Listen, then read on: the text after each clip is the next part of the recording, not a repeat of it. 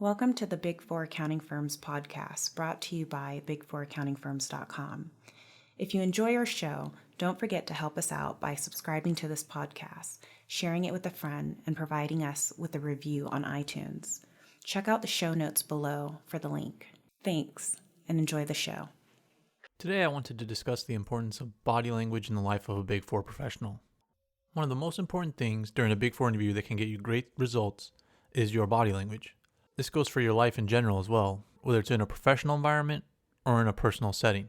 First off, you need to analyze your body language. The best way to do this is work with a friend or film yourself. You can also go to groups that work on public speaking, like Toastmasters. Google Toastmasters in your area and see if they have any groups and find a meeting. They typically help with body language. And if you can't find a Toastmasters, use meetup.com and find a group that works on public speaking or interview skills, and go to a meeting and meet people that can critique your skills. What you need to do is have your friends or strangers from the groups I mentioned previously ask you interview questions and then observe how you react. It would be good if you can record this on video, even if it's on your phone, so you can watch yourself and how you react to interview questions. You need to see if you smile enough, if you cringe at any questions, if you squirm at questions where you aren't sure of the answer. And another good idea is to pick some interview questions that you think you will struggle with and practice those the most.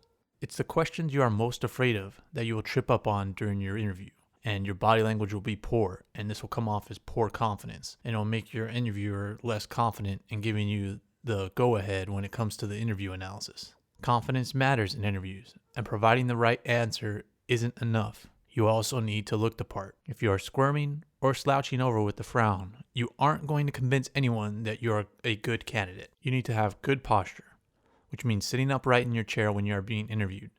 And you need to smile when appropriate. And you also need to laugh if your interviewer makes a joke. You need to be serious when your interviewer asks serious questions. Another thing you need to accomplish is you need to reduce your nervous tics and twitches. This means that you need to reduce all the things that you do when you get nervous. And this includes saying and things like that. This includes things like tapping pens, tapping your foot, playing with rings, playing with earrings, or moving too much. And it even includes things like twitching your neck or head, among other various things that make you look nervous. And this is where your friend analyzing your body language or video of yourself will come in handy.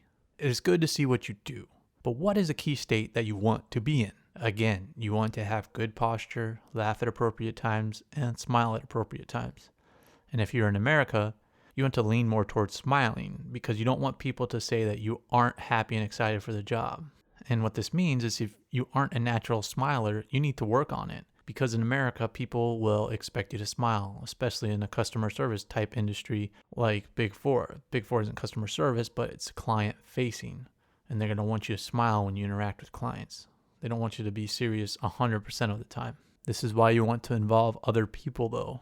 You need people to help you understand what's normal and what's not, because you're obviously biased toward yourself and you think you know it's normal, but we all have blind spots. We do weird things that we don't know are weird. This is where your friends analyzing your reaction to interview questions will help. They will help you find your blind spots and improve them. In conclusion, there are some key things that you can be doing to give yourself a better chance in a Big Four interview and your professional life.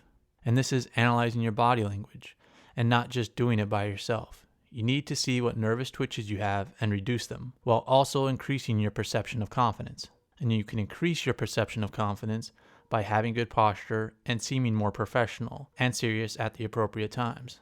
The other thing with doing this work is it isn't fun, and it might be somewhat hard, but you have to think of it as this work will last you the rest of your life, and it will give you immense results, and it also give you an edge on the competition, because most people in this day and age don't do this work because it's hard and it's tough. It's hard to analyze yourself and improve.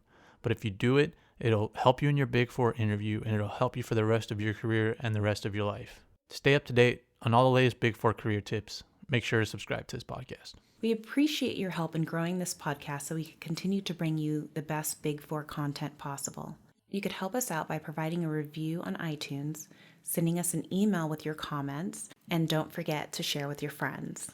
There's a link below in the show notes. That's our show for today. Thanks for listening and have a great day.